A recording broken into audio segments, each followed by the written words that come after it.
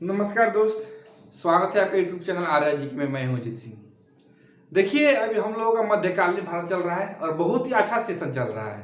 कल हम लोग बहुत ही अच्छा टॉपिक कर चुके हैं। कौन सा? तो मोहम्मद गजनवी के बारे में पढ़ चुके हैं। गजनी वंश या उसको यामनी वंश भी बोला जाता है। और कल गजनवी से पूछने वाले सारे क्वेश्चन को हम डिस्कस कर चुके हैं। और जो भी मोहम्मद गजनवी से संबंधित क्वेश्चन पूछा जाता है उसको हम कवर कर चुके हैं। और आज उसके बाद नेक्स्ट जो क्लास है वो पढ़ेंगे मोहम्मद गौरी। यानी हमारे भारत पर मुस्लिम आक्रमण स्टार्ट होता है। मुस्लिम आक्रमण अभी से नहीं, पिछले क्लास से ही अरबों का आक्रमण हुआ। अरबों के बाद फिर मोहम्मद गजनवी का आक्रमण हुआ। जब गजनवी आक्रमण करके जब लूट पाट के चला जाता है, उसका मृत्यु हो जाता है। फाइनली उसके बाद मोहम्मद गौरी आता है जो कि आक्रमण करता है। तो चलिए इसके बेसिक जानकारी लेते हैं। दोस्त, हमारा जो भारत क्षेत्र है, तो भारत क्षेत्र जो अफगानिस्तान यूनान का जो क्षेत्र है जहां से मोहम्मद गजनवी आया था, उसी के बीच का एक क्षेत्र था जिसको गौर प्रदेश के नाम से जाना जाता था। यानी भारत से बाहर, देखिए ये हो गया भारत, ये हमारा भारत हो गया लगभग, ये वाला ये हमारा भारत हो गया। तो यहाँ का जो क्षेत्र है, ये अफगानिस्तान का जो क्षेत्र है, ये वाला क्षेत्र। तो यहाँ से गजनवी आया था, फिर यहाँ से गजनवी आया था, और इसी के आसपास के जो क्षेत्र था, यहाँ पर एक क्षेत्र है जिसको गौर प्रदेश कहा जाता था। तो यही गौर प्रदेश का रहने वाला था कौन कौन? मोहम्मद गौरी। और गौर प्रदेश का रहने वाला था, और यही फिर भारत पर आक्रमण करता है यहाँ पे, और भारत पर आक्रमण करता है और यहाँ पर अपना साम्राज्य को स्थापित करने का प्रयास करता है और साम्राज्य को स्थापित भी कर लेता है। तो आज हम लोग इसके बारे में जानेंगे। तो चलिए हम लोग डिटेल में चलते हैं स्टार्टिंग से। दोस्त, मोहम्मद गौरी आज हमारा टॉपिक है। यदि मोहम्मद गौरी की हम बात करें तो इसका पूरा नाम, तो मोहम्मद गौरी का पूरा नाम की बात करें तो इसका नाम था शहाबुद्दीन मोहम्मद गौरी। कई एग्जाम में भी पूछा गया है कि मोहम्मद गौरी का पूरा नाम क्या था। तो मोहम्मद गौरी का पूरा नाम क्या था? शहाबुद्दीन मोहम्मद गौरी। शहाबुद्दीन मोहम्मद गौरी इसका पूरा नाम था। इसी के बारे में हम लोग चलेंगे। तो देखिए, जब गौरी यहाँ से भारत पर आक्रमण करता है तो इसका उद्देश्य क्या था? कोई भी आप काम करेंगे तो उसका उद्देश्य होगा। आप जब पढ़ाई कर रहे हैं तो आपका उद्देश्य होगा। क्या उद्देश्य है? तो कि मैं पढ़ूंगा, मेरे जॉब लगेगा, तो मैं घर बनाऊंगा, मैं ये करूंगा, गाड़ी लूंगा। यानी कोई भी उद्देश्य होता है कोई भी काम करने के लिए। तो मोहम्मद गौरी जब भारत पर आक्रमण करता है तो इसका उद्देश्य क्या था? दोस्त, इसका उद्देश्य था मुस्लिम सत्ता को स्थापित करना, अपने सत्ता को स्थापित करना, शासन करना, यहाँ पर आक्रमण करके। इसका उद्देश्य ये था। कल का हम क्लास में पढ़े थे मोहम्मद गजनवी के बारे में। तो कल क्या पढ़े थे? ये मोहम्मद गजनवी का उद्देश्य भारत में सत्ता स्थापित करना नहीं था। उसका उद्देश्य सिर्फ धन को लूटपाट करना था, और धन लूटपाट करके गजनी लेके चला जाता था। उसका उद्देश्य ये था गजनवी का। लेकिन गजनवी से सीधा अलग है मोहम्मद गौरी। गौरी का उद्देश्य था कि यहाँ पर आक्रमण करना और मुस्लिम सत्ता और अपने शासन को स्थापित करना। उद्देश्य ये था। तो पूछता है कि इसका उद्देश्य क्या था? तो इसके उद्देश्य के बारे में बात करें तो इसका उद्देश्य था मुस्लिम राज्य की स्थापना करना, यानी इसका सपना सत्ता को स्थापना करना इसका उद्देश्य था मोहम्मद गौरी का। और इस उद्देश्य को लेकर के भारत पर आक्रमण करता है। देखिए, तो सबसे इंपॉर्टेंट ये बात है कि जब भारत आक्रमण करता है तो पहला आक्रमण कब करता है? फर्स्ट आक्रमण की बात करें दोस्त, पहला आक्रमण की बात करें तो पहला आक्रमण जो करता है 1175 ईस्वी में। देखिए, मोहम्मद गौरी का पहला जो आक्रमण है, पहला आक्रमण देखिए 1175 ईस्वी में। पहला आक्रमण 1175 ईस्वी में करता है, जो कि मुल्तान के खिलाफ आक्रमण करता है। यहाँ पर एक हमारा क्षेत्र है, यहाँ पे एक मुल्तान जो कि पाकिस्तान क्षेत्र में आता है। तो पहला आक्रमण मुल्तान। देखिए, कोई भी आप एंट्री मारेगा तो स्टार्टिंग वाला भाग को ही ना कवर करेगा।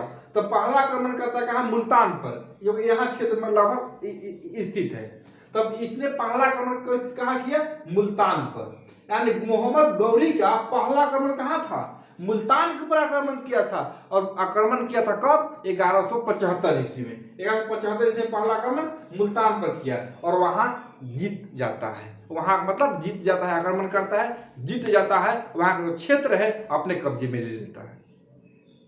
तो क्लियर है, यानी इसका पहला आक्रमण याद रखिएगा, मोहम्मद गौरी का पहला आक्रमण 1175 ईस्वी में किसके खिलाफ हुआ? तो मुल्तान के खिलाफ, और उसमें जीत जाता है। क्लियर है। अब हम अगली बात को देखते हैं। इसके बाद हम दूसरा आक्रमण जानेंगे कि दूसरा आक्रमण कब किया।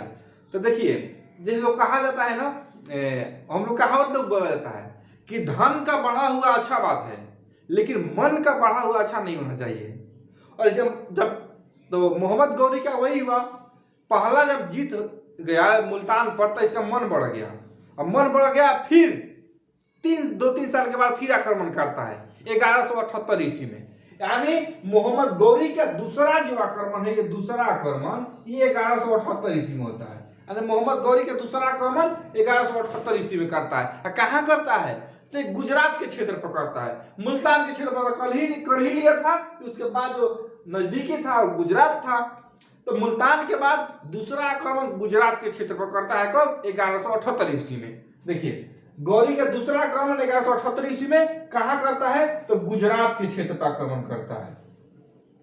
तो गुजरात के क्षेत्र आक्रमण करता है, तो वहां पे देखिए कुछ लोग दबंग थे, कुछ लोग बड़ा हस्ती वाले थे। तो वहां के 2 प्रमुख व्यक्ति के नाम मिलता है, जिसमें एक महिला भी थी। तो बात करें व्यक्ति का, तो पहला व्यक्ति का नाम है भीम द्वितीय। कहां गए? पहला व्यक्ति था आक्रमण कर गुजरात की भूमि का भीम द्वितीय। यानी जब मोहम्मद गौरी ने गुजरात क्षेत्र पर आक्रमण किया, तो वहां के एक व्यक्ति थे जिसका नाम था भीम द्वितीय एवं नाइक देवी। दो व्यक्ति ने गुजरात से नेतृत्व किया था। यानी कि मोहम्मद गौरी ने 1178 ईस्वी में दूसरा आक्रमण गुजरात पर करता है, तो गुजरात की तरफ से भीम द्वितीय एवं नाइक देवी ने वहां से प्रमुख भूमिका निभाता है, लोग उसका सामना करता है, लोग मिलकर के, और सामना करता है और अंततः मोहम्मद गौरी को हरा देता है। और मोहम्मद गौरी को हार का सामना करना पड़ता है और हार करके वापस लौट करके चला जाता है। तो ये क्वेश्चन पूछा गया है, ये वह कौन सा आक्रमण था जिसमें मैं पहली ये क्वेश्चन पूछा गया है कि वह कौन सा आक्रमण है जिसमें मोहम्मद गौरी का पहली बार हार का सामना करना पड़ा है।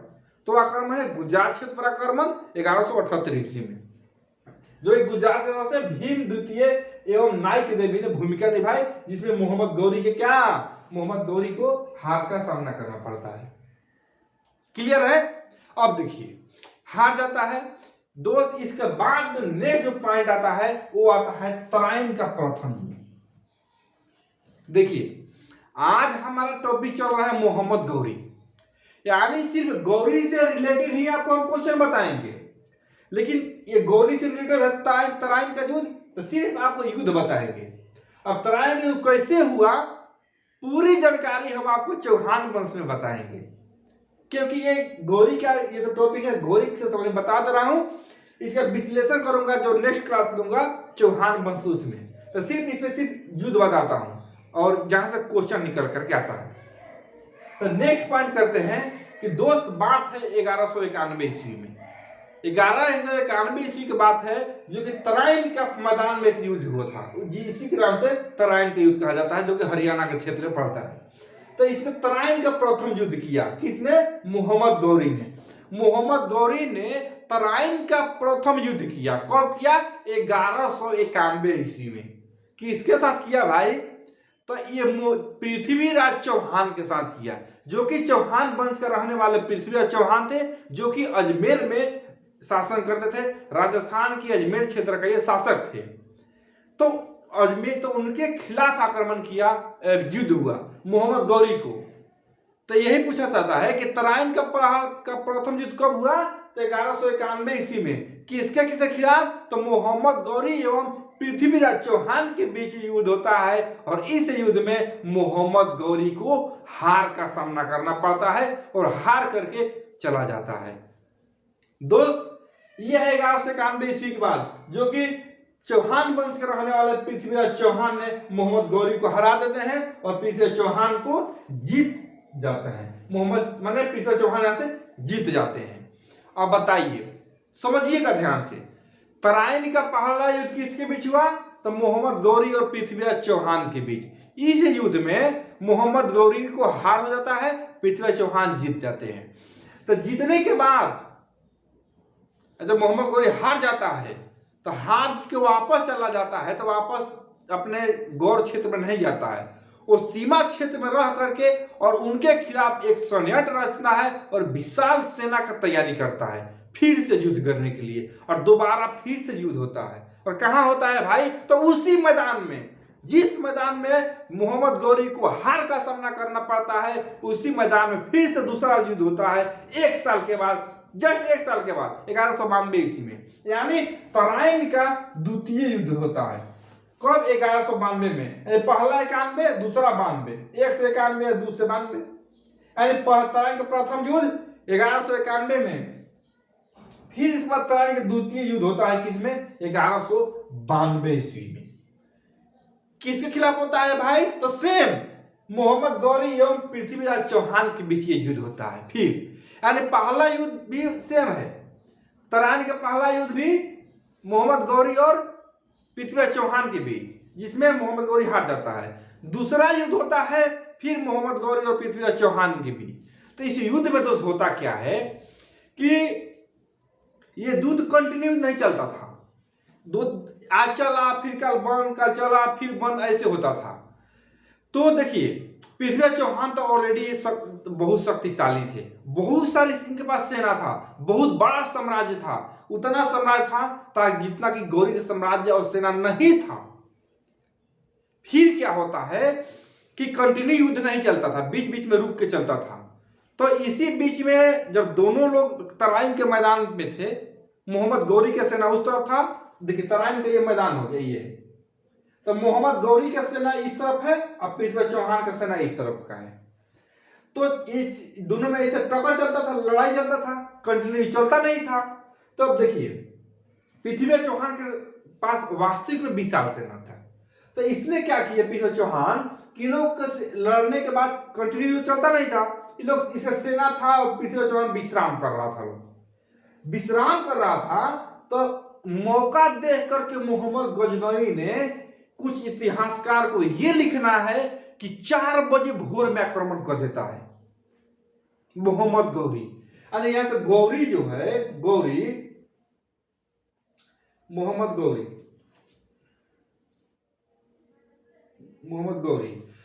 गौरी ने जब पृथ्वीराज का सेना जब यहां विश्राम कर रही थी, इस मैदान के अंदर विश्राम कर रही थी, तो उसको मौका देकर के मोहम्मद गौरी ने आक्रमण कर देता है कहां? पृथ्वीराज चौहान की सेना पे। अब सोचिए कि आप पूरा अलर्ट कंडीशन में हैं और कोई सोया हुआ व्यक्ति है, तो कितना भी बलशाली रहेगा, सोया हुआ है तो आप उसको मार कर आ जाइएगा। वही धोखे से पृथ्वीराज चौहान जल्दी हारने वाले नहीं थे इससे, और इसके बस के बात नहीं था गौरी के बाद। लेकिन मोहम्मद गौरी ने धोखे से 4 बजे भोर में, कुछ इतिहासकारों का कहना है, क्या आक्रमण करता है, और बहुत लोग सेना लोग सोया था और बहुत आक्रमण कर देता है उसी टाइम, और सेना उसको मार देता है, जला देता है पूरा आग से, और वहां पर पृथ्वीराज चौहान को बंदी बना लेता है। सोचिए ये एक मूवी आया था, मैं कुछ दिन पहले, 2-3 महीने, शायद 6 महीना पहले की बात है, ये 2022 में एक मूवी आया था, शायद 2022 में एक मूवी आया था, ये जुलाई अगस्त सितंबर की, जुलाई अगस्त की बात है लगभग, जून जुलाई का, एक अक्षय कुमार का, जिसका नाम था मूवी का सम्राट पृथ्वीराज चौहान। उस मूवी में यह दिखाया गया है कि जब सेना सोया हुआ था तो 4 बजे भोर में ये मोहम्मद गौरी आक्रमण करता है और पेट्रोल तेल छीट को यहाँ पूरा जला देता है, और यहाँ पे पृथ्वीराज चौहान को बंदी बना लेता है। धोखे से आक्रमण किया है। आप नहीं देखे तो देख लीजिए, बहुत मजा आता है फिल्म में। एक जो चिलर, जो एक्ट्रेस चिलर है, वो भी अच्छा रोल की है, अक्षय कुमार का मूवी है, 2022 में आया था, सम्राट पृथ्वीराज चौहान। वो बहुत अच्छा, इसी के ऊपर बनाया गया मूवी। चलिए ठीक है, अपना टॉपिक पे आते हैं। तो 4 बजे भोर में आक्रमण कर देता है और यहाँ पूरा सेना जला देता है, मार देता है, और पृथ्वीराज चौहान को बंदी बना लेता है। और बंदी बना करके कहाँ लेके चला जाता है? कहाँ? अपना यहाँ गौर क्षेत्र में लेके चले जाता है गौरी, और वहां पर ले जा करके, और कुछ इतिहासकार को ये कहना है कि उनकी आंखें निकाल देता है, पृथ्वीराज चौहान को आंख निकाल देता है। लास्ट पे उनके जो दरबारी थे चंद्रबरदाई, वो जाते हैं और बहुत सारे जो हम पढ़ाएंगे ना वो पृथ्वी चौहान, तो उसमें आपको क्लियर करेंगे हम, पूरी बात बता देंगे। अब वहां लंबा चलेंगे तो टॉपिक बड़ा हो जाएगा ना, जो टॉपिक जिसमें पढ़ना है उसी में आपको बताएंगे ताकि बेटर रहेगा। बस इतना ये जानिए, इतना आपको काफी बता दिया कि द्वितीय तराइन के द्वितीय युद्ध कब हुआ, 1192 ईस्वी में किसी भी मोहम्मद गौरी और पृथ्वी चौहान के बीच। इस युद्ध में मुस्लिम मोहम्मद गौरी को जीत हो जाता है और पृथ्वी चौहान को हार हो जाता है। पृथ्वी चौहान कैसे हारते हैं जो कि आपको अच्छा से मैं समझा दिया। अब देखिए, और यहां पर जब अजमेर के शासक पृथ्वी चौहान जब हार जाते हैं तो दोस्त यही से मुस्लिम सत्ता का स्टार्ट हो जाता है, ताकि एक बड़ा क्षेत्र है वहां पर आप जीत जाइएगा, वहां क्षेत्र को आपका मतलब अपने कस्टडी में ले लीजिएगा तो आपको बहुत सारे वहां पर योगदान हो जाता है। तो जैसे ही इस युद्ध में जीत जाता है मोहम्मद गौरी, और यहीं से भारत में मुस्लिम सत्ता का स्टार्ट हो जाता है। और भारत में मुस्लिम सत्ता का जो संस्थापक की बात करें तो मोहम्मद गौरी को ही जाना जाता है, और इसी युद्ध के बाद इसका स्टार्ट हो जाता है। तो देखिए इस युद्ध के बाद ही यानी तराइन द्वितीय युद्ध के बाद ही भारत में मुस्लिम सत्ता का स्थापना हुआ। मोहम्मद गौरी को भारत का मुस्लिम सत्ता का संस्थापक माना जाता है।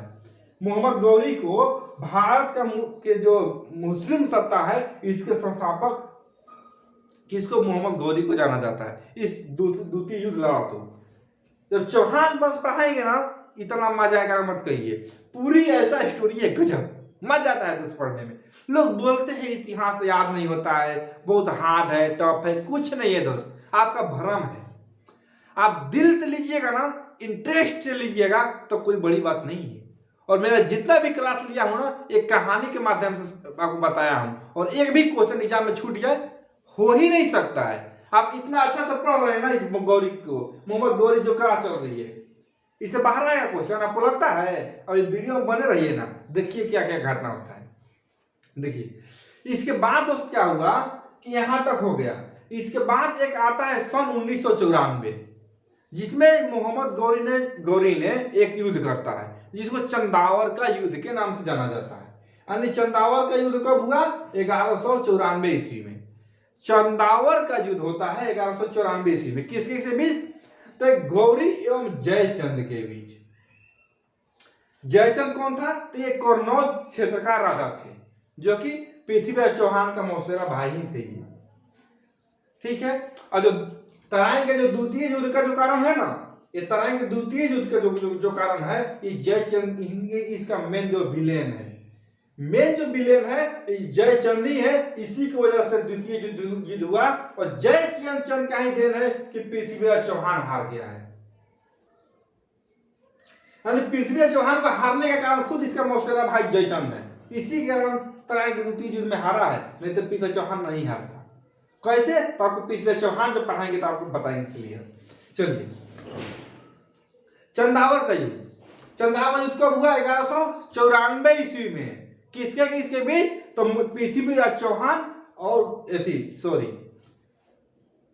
चंदावर का युद्ध 1194 ईस्वी में किसके बीच, तो मोहम्मद गौरी एवं जयचंद के बीच, जो कि जयचंद कन्नौज क्षेत्र का राजा था। और इस युद्ध में जयचंद हार जाता है, मोहम्मद गौरी फिर जीत जाता है।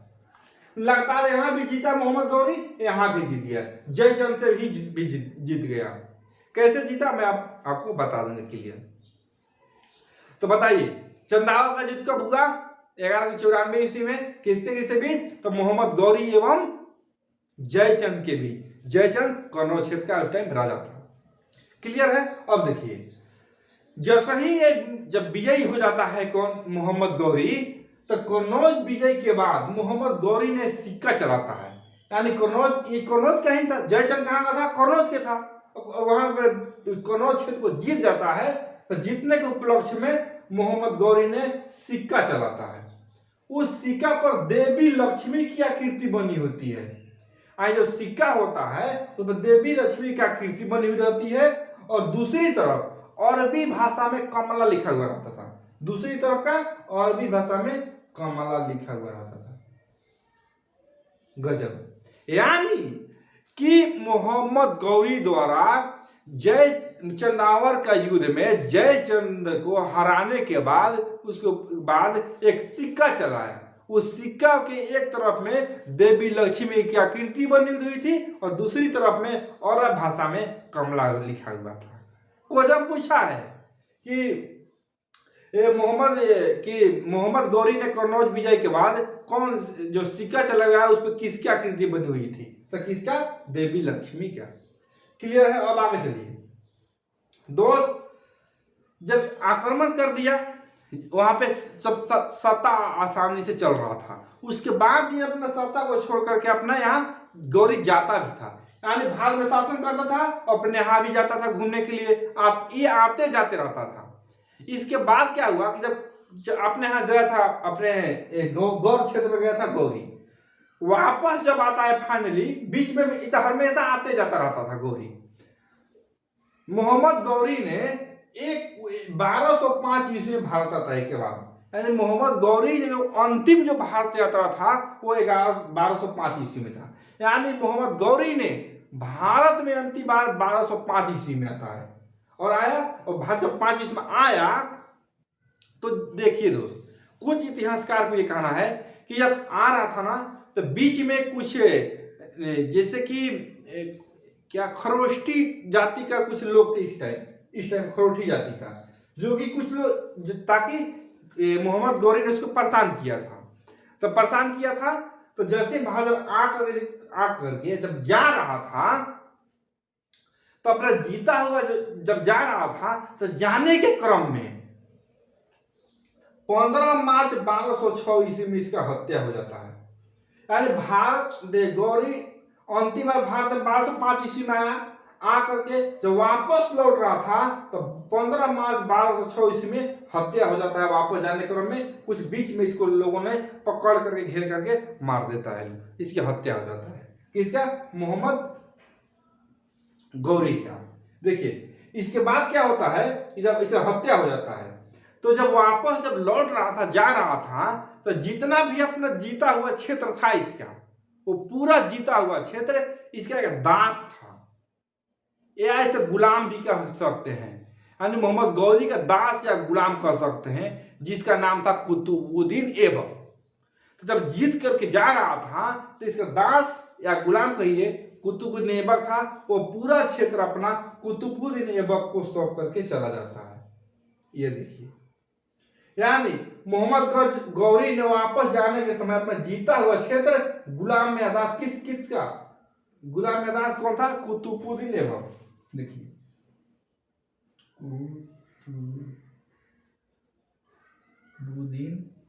कुतुबुद्दीन ऐबक यानी वापस जब जा रहा था तो अपना जीता हुआ क्षेत्र किसको? कुतुबुद्दीन ऐबक को सौंप देता है और सौंप करके वापस चले जाता है।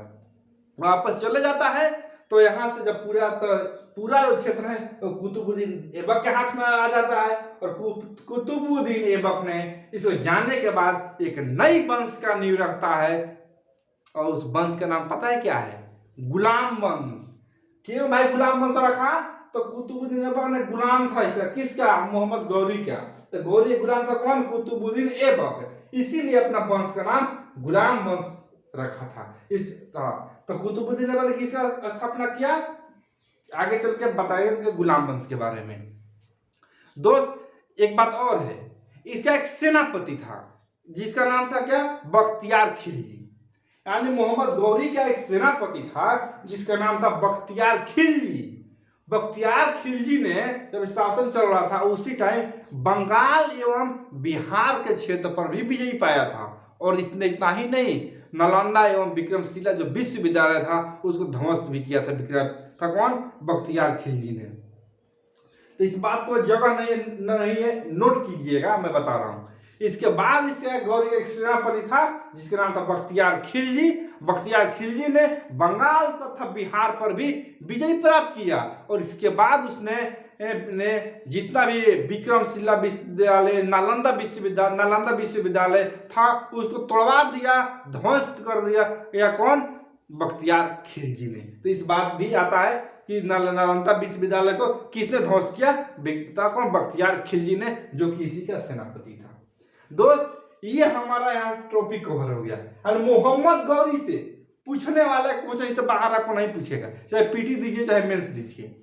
कल हम लोग करेंगे ये कुतुबुद्दीन ऐबक आता है तो कैसे गुलाम वंश का स्थापना करता है, क्या होता है, कैसे आगे मुस्लिम सत्ता चलती है, क्या भूमिका रहती है, टोटल बात को हम लोग कल अगली क्लास में करेंगे। यानी मोहम्मद गौरी से पूछा गया क्वेश्चन ये बहुत इंपॉर्टेंट रहा, इससे बाहर नहीं पूछ सकता है।